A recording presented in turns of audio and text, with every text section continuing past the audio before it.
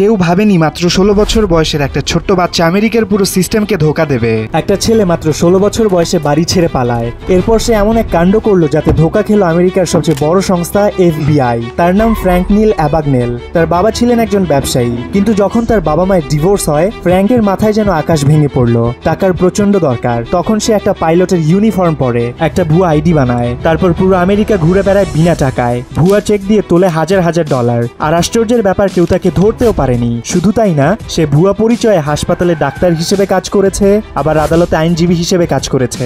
একবার ভাবো তো, যে ছেলেটা একদিনও মেডিকেলে পড়েনি সে হাসপাতাল চালিয়েছে মাসের পর মাস। তারপর শুরু হলো তাকে ধাওয়া করা। তার পেছনে নামে এক বিশেষ FBI এজেন্ট।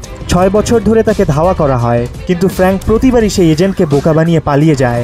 অবশেষে সে ফ্রান্সে ধরা পড়ে আর জেলে যায়। কিন্তু এখানেই গল্পের মোড় ঘুরে যায়। জেল থেকে বের হবার পরে FBI তাকে চাকরি দেয়। এখন সে সরকারকে সাহায্য করে কিভাবে প্রতারকের হাত থেকে বাঁচা যায়। এই গল্প শুনে তুমি আবার প্রতারণার পরিকল্পনা করো না। ভিডিওতে লাইক দিয়ে তোমার মতামত জানাও আর সাবস্ক্রাইব করো।